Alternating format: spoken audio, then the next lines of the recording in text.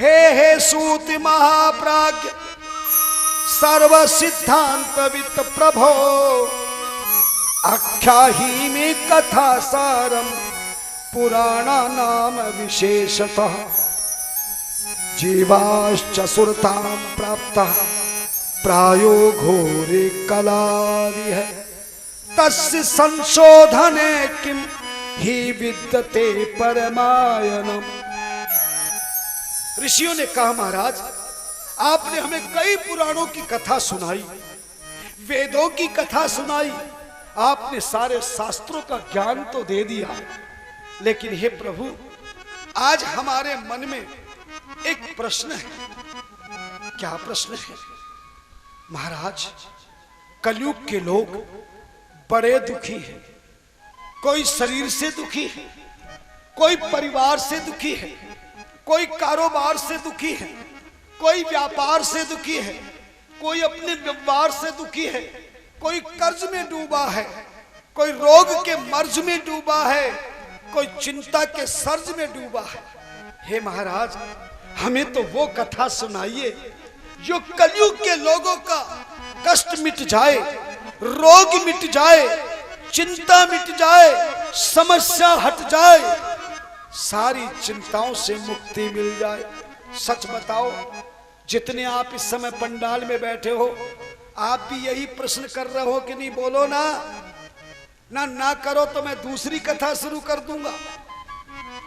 आप भी तो चाहते हो महाराज हमें ऐसी कथा सुनाओ, ऐसे उपाय बताओ जो हमारे शरीर का दुख मिट जाए, शरीर का रोग हट जाए, परिवार की चिंता मिट जाए, संतान की चिंता मिट जाए, कारोबार की चिंता मिट जाए, हमारे बच्चों की चिंता मिट जाए, शादी की चिंता मिट जाए, है खाने पीने की चिंता मिट जाए, हमारे पापों की चिंता मिट जाए, हमें प्रभु की भक्ति मिल जाए, ऐसा हमें आप कथा सुनाइए।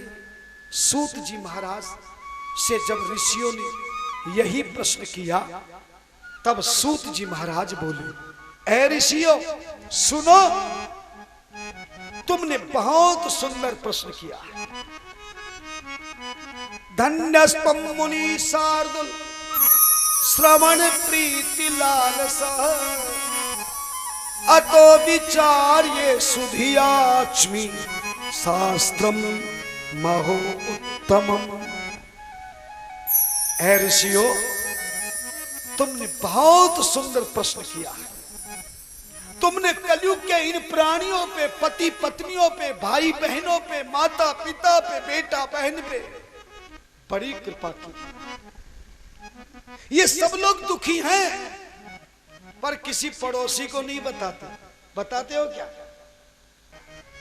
दुख को छिपाते हो, पड़ोसी को बताते हो क्या? है कि मेरी बहू कैसी, मेरी बेटी कैसी, मेरा बेटा कैसा? चुप हो जा, कोई सुन लेगा। लोग तो ऐसे ऐसे हैं जो अपनी सगी बहू को भी नहीं बताते, और ऐसी सी बहू है जो बहू अपना दुख सास तक को ना बताती।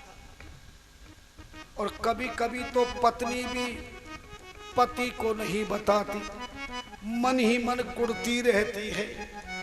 लेकिन याद रखना, तुम्हारा कितना भी दुख हो, कितना भी संकट हो, कितनी भी परेशानी हो, कोई समस्या हो, कोई काम न बन रहा हो, आज सूत जी महाराज वही कथा शुरू कर रहे हैं। और कौन सी कथा? काल व्याल महात्रास विध्वंसी करम उत्तमम, शैवम पुराणम परमम शिविर नोक्तम पराम। सूत जी महाराज बोले, ऋषियों कलयुग के दुखों को मिटाने वाली काल रूपी कलिकाल के समूह के महासर्प का विध्वंस करने वाला अगर कोई उपाय है, कोई कथा है, तो कौन सी कथा है? शिव पुराणम परमम शिवेनोक्तम पराम। हे मुनियों, शिव महापुराण वो कथा है। कौन सी कथा है? ये शिव पुराण महाकथा है, सब दुख मिटाने वाला, सारे कष्ट मिटाने वाला। चरणों में गिर गए, महाराज हमें वो शिव पुराण की कथा सुनाइए जिससे कलिकाल के कलयुग के लोगों का दुख मिटे, कष्ट मिटे, रोग मिटे, चिंता मिटे, संकट मिटे, बिगड़े हुए काम बने और ईश्वर के चरणों में भक्ति मिले, जीवन को शक्ति मिले और मरने वाले को मुक्ति मिले। और यही से शिव पुराण की कथा शुरू हुई। तभी सूत जी महाराज बैठे, ऋषि सामने बैठे और कथा प्रारंभ हो गई। स्वागत कीजिए।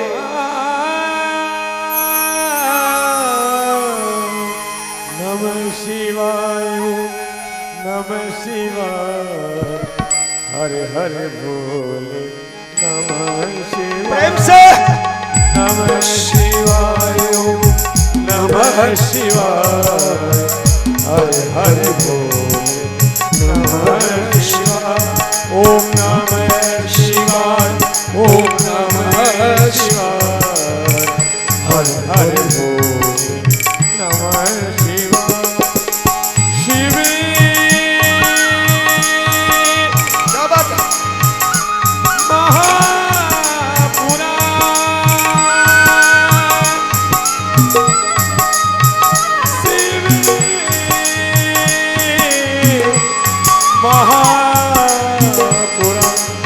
नमः शिवाय, ओम नमः शिवाय, हर हर भोले नमः शिवाय। नमः शिवाय, नमः शिवाय, नमः शिवाय, हरि नमः शिवाय। ओम नमः शिवाय, ओम नमः शिवाय, हरे हरे बोले नमः शिवाय। ओम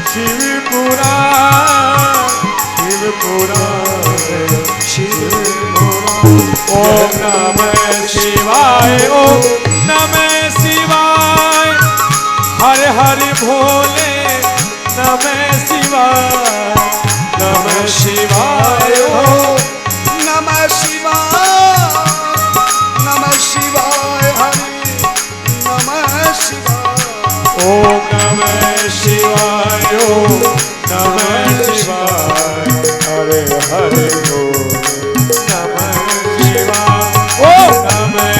शिवाय, नमः शिवाय।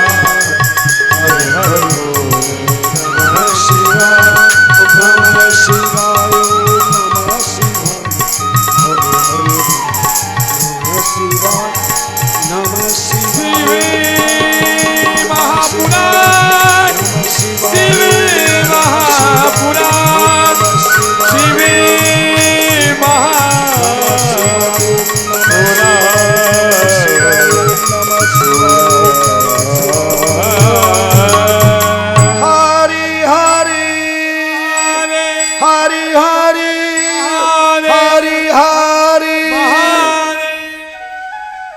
सूत जी महाराज बोले, ऋषियों इस शिव महापुराण में 24,000 श्लोक हैं।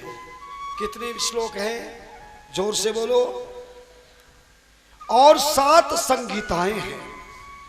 चतुर्विंशति सहस्रो ग्रंथोयम सप्त संहिता भक्ति त्रिक्सु संपूर्ण श्रुणियातम परादरा। ऐ ऋषियों 24,000 श्लोक वाली 7 संहिताएं इस शिव महापुराण को ध्यान से सुने। चतुर्विंशति सहस्रो 24,000 श्लोक, 7 संहिताएं, 7 खंड हैं। जैसे रामायण में 7 कांड है ना, ऐसे ही शिव पुराण में कितने हजार श्लोक हैं याद रखना, 24,000। विंध्येश्वरी संहिता, रुद्र संहिता, शतरुद्र संहिता, कोटि रुद्र संहिता और उमा संहिता, कैलाश संहिता और वायु संहिता, ये 7 संहिताएं हैं। कहते हैं सूत जी महाराज बोले शिव पुराण की वो कथा है, अगर कोई विद्वान सुने तो महान बन जाए, कोई दुखी सुने तो कल्याण हो जाए। अगर पापी से पापी व्यक्ति भी एक बार शिव पुराण की कोई कथा को सुन ले, कहते हैं श्रवणताम तत्पुराणम ही तथा कीर्यताम च तत् पदाम्बुज रदान सेवा तीर्थानि मुनियो विदु। जो शिव पुराण की पापी से पापी व्यक्ति भी सुन ले एक बार तो पाप से मुक्त हो जाता है। सूत जी महाराज से बोले, ऋषियों ने कहा महाराज क्या पापी का पाप मुक्त हो जाएगा? बोले हाँ। बोले मैं उदाहरण देता हूं। सूत जी महाराज ने 2 उदाहरण दिए। हाथ जोड़िए सभी, सीधे बैठे, हाथ जोड़े। सूत जी महाराज ने शिव पुराण का परिचय करा दिया। कहा मैं तुम्हें उदाहरण देता हूं कि शिव पुराण कलयुग के पापियों का पाप कैसे दूर करता है। ध्यान देना मेरे भाइयों, मेरी माता बहनों, बेटियों, मेरे भाइयों, बुजुर्गों, ये दोनों उदाहरण ध्यान से सुनना, बीच में नहीं छोड़ना और याद रखना। संतों ने कहा है जो पहले दिन की कथा के दोनों उदाहरण याद रखेगा, कभी घर में कोई परेशानी आ जाए, दिक्कत आ जाए, कलेश हो जाए, कोई काम न बन पाए, कोई नुकसान हो जाए, ज्यादा घर में चिंता आ जाए, तो आप छोटा सा काम करना, याद रखोगे। बता दूं, आप शिव जी के मंदिर में जाना, एक घी का दिया जलाना, दीपक जलाना और उत्तर दिशा की ओर मुंह करके आसन पर बैठकर इन दोनों कथाओं में से एक कथा शिवलिंग के सामने, शिव जी के सामने सुना भी देना और सुन भी लेना। याद रखोगे जब तो सुनाओगे, सुनोगे। और मैं सीधी भाषा में कथा सुनाऊंगा ताकि आपको याद रहे और थोड़े से समय में कथा पूरी होगी। सीधे कमर करके बैठे।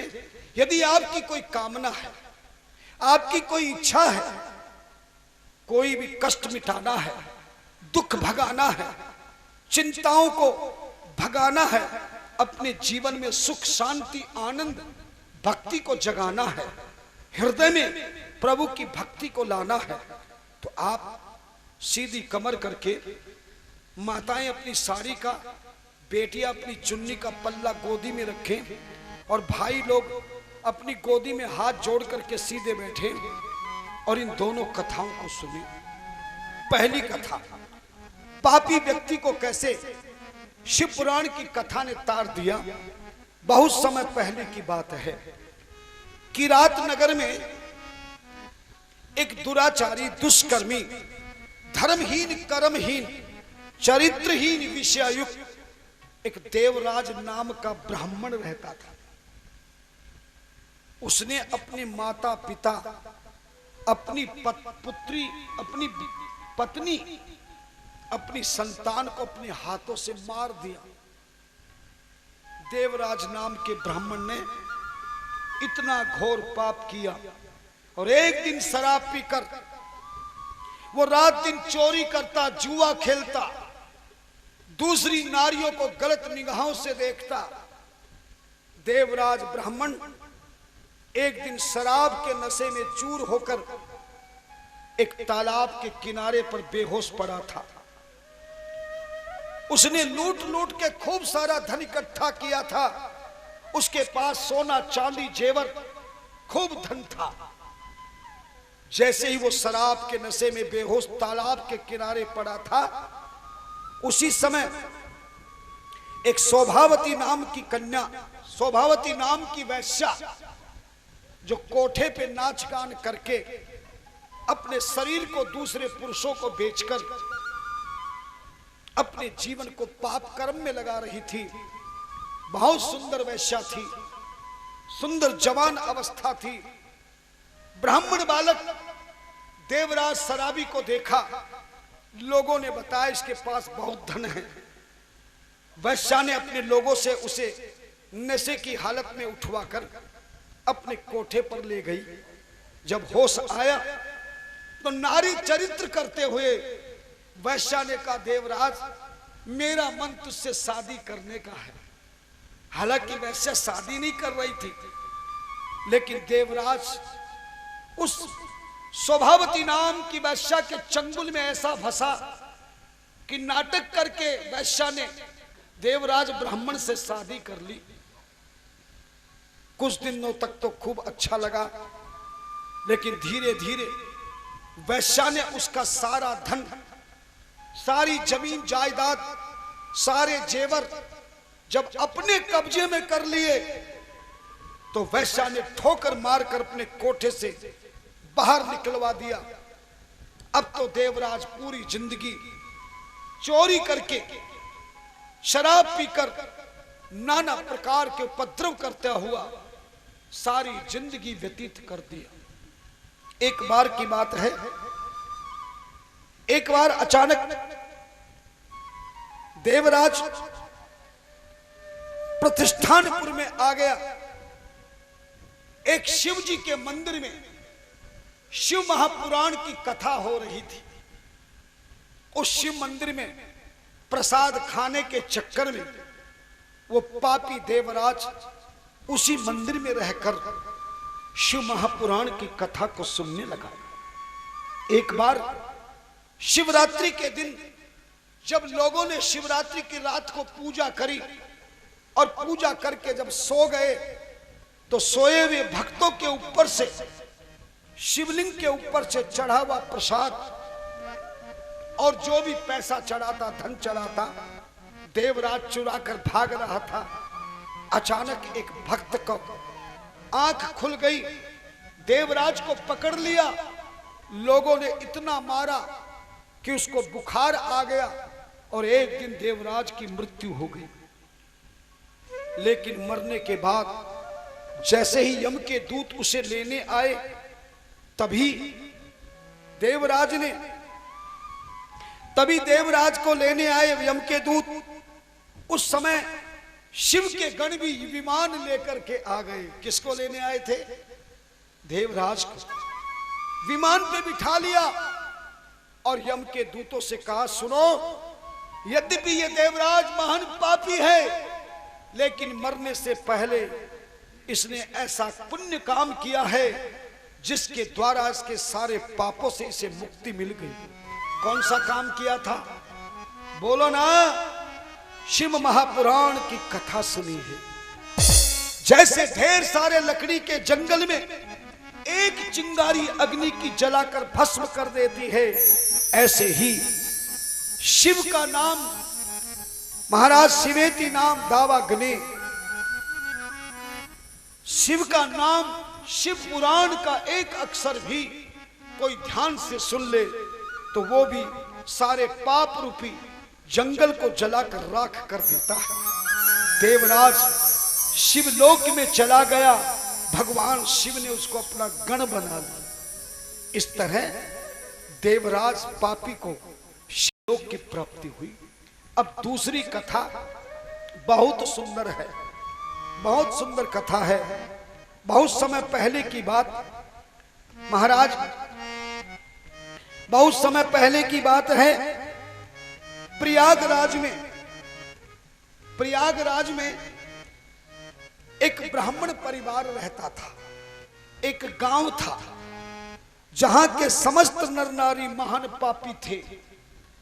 बसंती अत्र पापिष्ठा वेद धर्मोजिता जना दुष्टा दुर्विषयात्मा निर्देवा जिव्यवृत्तया कृषि बला शस्त्रधरा परस्त्री भोगी न खला ज्ञान वैराग्य सधर्मम न जानन्ति परमहिते। वो खेती करते, मगर गांव के सारे लोग चोर थे। दूसरे गांव में जाके चोरी करते, दूसरों की स्त्रियों को चुरा कर ले आते, और वहां की जो औरतें थी, स्त्रियां थी, वो भी बड़े गंदे स्वभाव की थी। वो दूसरे पुरुषों के पास चली जाती, उन्हें शरीर बेचकर ठग कर के ले आती थी। ऐसे सारे गांव में स्त्री पुरुष पापी ही पापी थे। उन्हीं गांव में से एक बिंदुक नाम का ब्राह्मण, उसकी पत्नी का नाम था चंचुला। क्या नाम था ब्राह्मण का? जोर से बोलो। बिंदुक नाम का ब्राह्मण और उनकी धर्म पत्नी चंचुला ने भी अपनी जिंदगी पाप कर्मों में लगा दी। एक बार बिंदुक को सांप ने काट लिया, इसलिए वो बिंदुक पाप कर्म करके ही मर गया। धन्यवाद। पति के मरने के बाद जवान अवस्था वाली चंचुला पति के बिना अकेली घर में रही। महाराज, सारी जिंदगी उसने शरीर बेचकर, लोगों को ठगकर पाप कर्मों में बिता दिया। लेकिन जब वो बुढ़ी हुई, एक दिन जब शरीर खराब हो गया, एक दिन की बात, चंचला उस समय भूख और प्यास से तड़फ कर रास्ते में भीख मांग रही थी। एक मेले में लोग जा रहे थे। उस समय उस मेले में, गोकर्ण क्षेत्र में प्रतिवर्ष लगने वाले मेले में यात्रियों के साथ साथ वो चंचला भी चली गई। मेले में उन लोगों से जब बिछुड़ गई तो अचानक उस मेले के पास में शिव मंदिर में शिव पुराण की कथा हो रही थी। उसी कथा के पंडाल में वो चोरी करने के लिए, प्रसाद खाने के लिए लालच में उस पंडाल में रोज जाकर बैठती और शिव पुराण की कथा सुनती। पहले दिन की कथा थी। धन्यवाद। हाथ जोड़े। जो कामना हो मन में सोच ले, हर इच्छा पूरी होगी। पहले दिन की कथा। चंचला पहले दिन की कथा में जो पहुंची तो वहां कथा सुनाने वाले संत ने पहले दिन कहा, ऐ संसार के लोगों, ये संसार में जो जैसा करेगा फल उसको वैसा मिलेगा। जिसने जिंदगी में पाप ही पाप काम किया है, पुण्य नहीं किया, वो मरने के बाद कुंभी पाक नरक में जाएगा। उसको तेल के कढ़ाई में उठाएंगे और उसे कुंभी पाक नरक मिलेगा। धन्यवाद। ये सुनकर चंचला कांप गई, खड़ी हो गई। तभी संत के पास व्यास गद्दी पर आ गई। कौन आ गई? जोर से बोलो। चंचला चरणों में गिर गई। संत ने कहा, देवी तुम कौन हो? जैसे ही संत ने हाथ लगाना चाहा, चंचला पीछे हट गई। बोले, प्रभु मेरे शरीर को हाथ मत लगाइए, मैं पापनी हूं, दुराचारणी हूं, व्यभिचारिणी हूं। प्रभु हे मात, मुझे बचाइए, मुझे बचाइए। संत ने पूछा, कौन हो देवी? कौन सा दुख है तुम्हें? तब रो रो के चंचला कह रही थी। चंचला कह रही थी, हे प्रभु, हे गुरुदेव। सब लोग हाथ जोड़े, कोई भी ताली ना बनाए।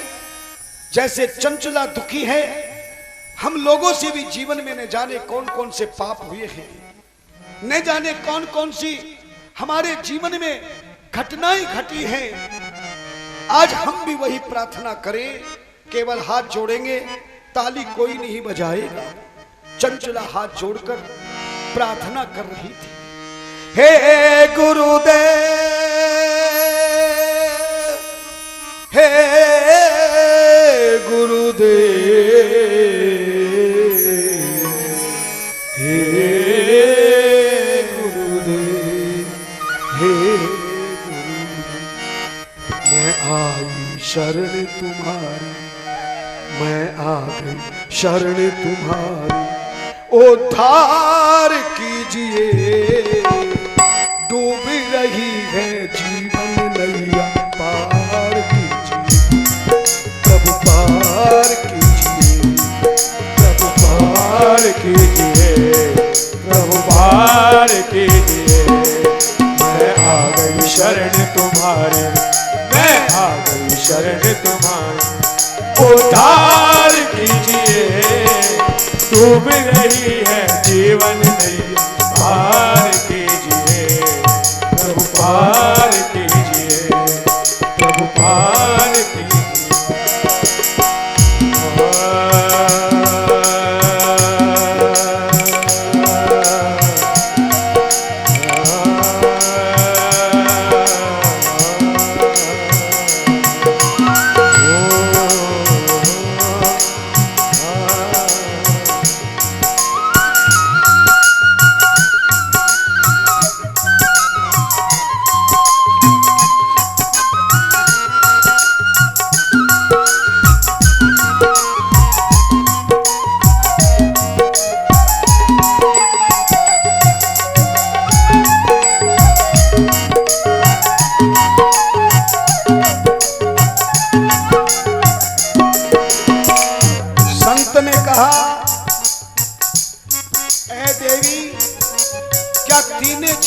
कभी कोई पुण्य नहीं किया।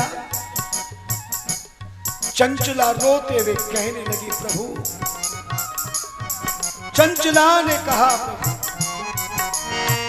बालापने मैंने खेल गवायो, बालापने मैंने खेल गवायो, यौवन भी मस्ती में लुटायो, यौवन भी मस्ती में लुटायो, बालापने मैंने खेल गवायो, बालापने मैंने खेल गवायो, यौवन भी मस्ती में लुटायो, यौवन भी मस्ती में लुटायो, यौवन भी मस्ती में लुटायो, यौवन भी मस्ती में लुटायो। संत ने पूछा, देवी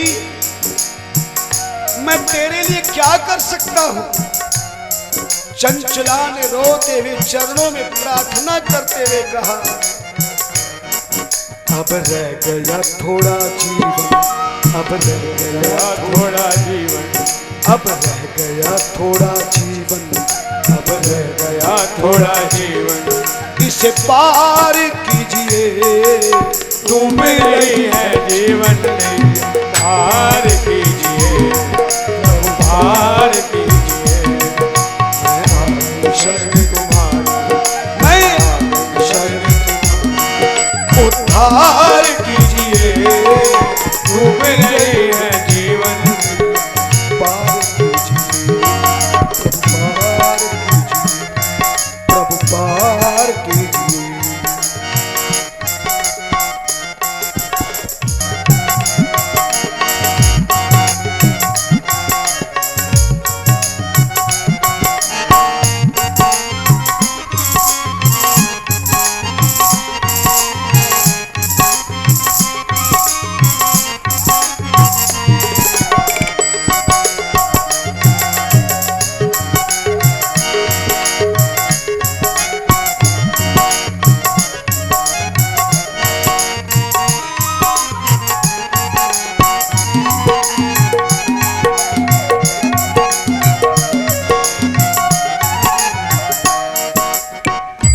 संत ने कहा, देवी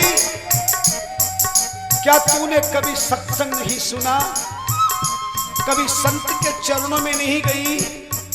क्या तुझे ज्ञान नहीं था कि जो तू पाप कर रही है उसका फल तुझे भोगना पड़ेगा? चरणों में गिर के रोने लगी, नहीं संत प्रवर, मुझे ज्ञान नहीं था, मुझे ध्यान नहीं था, मुझे बचा लीजिए। संत ने कहा, तब चंचला ने उत्तर देते हुए कहा कि प्रभु, आज पहली बार मुझे ज्ञान हुआ है। जिनके लिए मैंने पाप कमाया, जिनके लिए मैंने पाप कमाया, उनसे ही मैंने प्रभु धोखा है खाया, उनसे ही मैंने प्रभु धोखा है खाया, कमाया, जिनके लिए मैंने पापी कमाया, उनसे ही मैंने प्रभु धोखा है खाया। उनसे ही मैंने प्रभु धोखा है खाया। संत ने कहा तो तू क्या चाहती है देवी मुझसे? तब चंचला ने हाथ जोड़ के संत चरणों में विनती करते हुए कहा, जैसे भी मुक्ति होवे, जैसे भी मुक्ति होवे, जैसे भी मुक्ति होवे, जैसे भी मुक्ति होवे, वह ज्ञान दीजिए। डूब रही है जीवन नहीं, पार कीजिए प्रभु, पार कीजिए प्रभु, पार कीजिए। मैं आ गई शरण तुम्हारी, मैं आ गई शरण तुम्हारी, उद्धार कीजिए। डूब रही है जीवन, या पार कीजिए प्रभु, पार कीजिए प्रभु, पार कीजिए प्रभु, पार